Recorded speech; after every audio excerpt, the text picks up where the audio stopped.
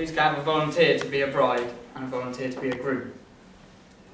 I'm not going to make you do much, you just have to... bride. Okay. Not my bride, the bride. And Steve will be the groom. What about shotgun? Thank you. You're supposed to look happy, Steve. What's coming? We get champagne, don't we? It's a stag line. Yeah, there'll be some. Okay. Good evening, everyone. It's time for the next spectacle in what has been a wonderful day so far. Here starts the infamous Best Man speech. I'm going to give you a little insight into what Hannah has let herself into by committing her life to Sean today. I'm going to reminisce on times I've spent with our esteemed groom, and then I'm going to give us all reasons to celebrate the coming together of these two today. So what can I tell you about Sean? Well, Shawnee, Very pushy. you are someone who I don't think a single person in this room has something bad to say about. Hannah, now it's your chance. That makes it very hard for me to deliver your traditional best man speech, which makes the groom want to run away, hide, and hang his head in shame. However, ladies and gentlemen, that is not going to stop me trying. Sean, do you remember the time you... No, I better not tell that one. What about when we... Can't tell you that one either. Has anyone got any ideas? I'm drowning here. Please. I tell you what, I know what's given you the most reason to blush down the years. 28 years I've known him now. And the thing that's made you have the most reasons to be embarrassed is being silly enough to hang around with me. I have spent months trying to think of things to say about Sean, trying to embarrass him and things like that. And in front of the whole audience today, all I can say is all of the most embarrassing things that have happened in Sean's life are entirely down to me. I have made us look like plonkers so many times. Take, for example, at the epic Renyard New Year's Eve party, where me and him entered a talent contest, and I dressed up as Charlie Chaplin, and my compadre here, we played Mastermind, and with jokes only really worthy of Christmas crackers, and then danced around the room doing a march with a limp. And somehow we still won the competition. But then we got a bit cocky and let our Uncle Graham guide us next year, 14-year-olds that we were, and dress up similar to SpongeBob SquarePants and dance around the room to Yellow Submarine. I don't think that one paid off. A bit of a new low.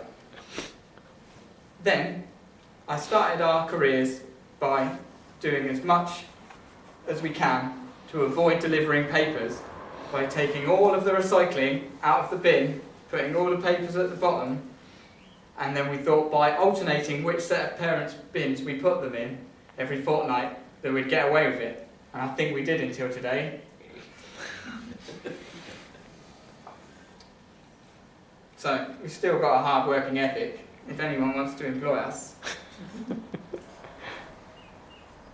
More recently, we managed to cause domestics throughout our family by absolutely destroying them in a game of Mr. and Mrs. But I'm not going to tell you which one's Mr. and which one's Mrs. I think you can all work that out for yourself.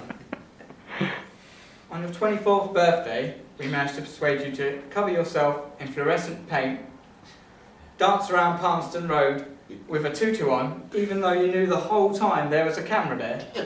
That's Steve. Sure. Then, you were clever enough to let me arrange your stag do in Amsterdam.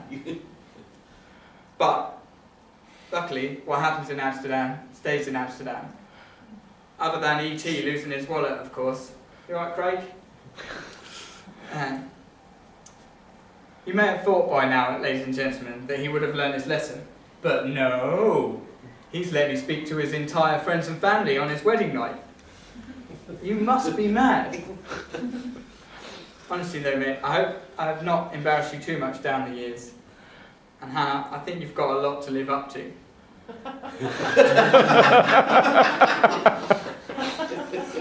So, what can I say about Sean and Hannah and their love and care for each other that we could all use as an example in our relationships? Well, first victory is Sean. You've managed to get Hannah into a dress today, which I think, ladies and gentlemen, is something we should all give a round of applause for.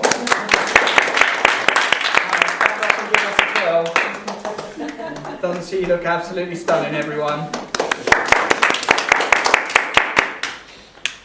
Sean, you're on to a winner there, mate. Go home, burn the trackies, hide all the trainers, and every day she comes home and your eyes will pop out of your head. But you better be careful that Ellie doesn't think that there's an intruder in the house and go and chew her leg up like she did the football I so lovingly donated.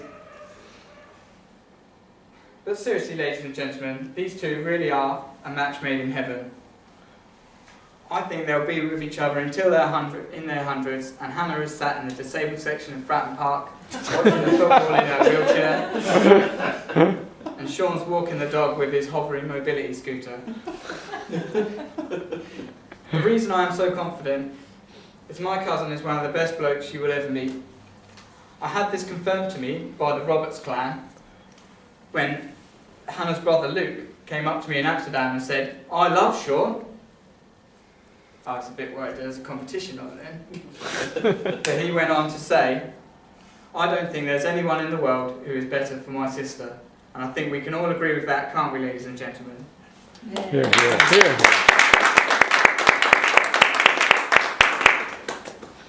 Your mum will be looking down on you today, as she does every day, with so much pride.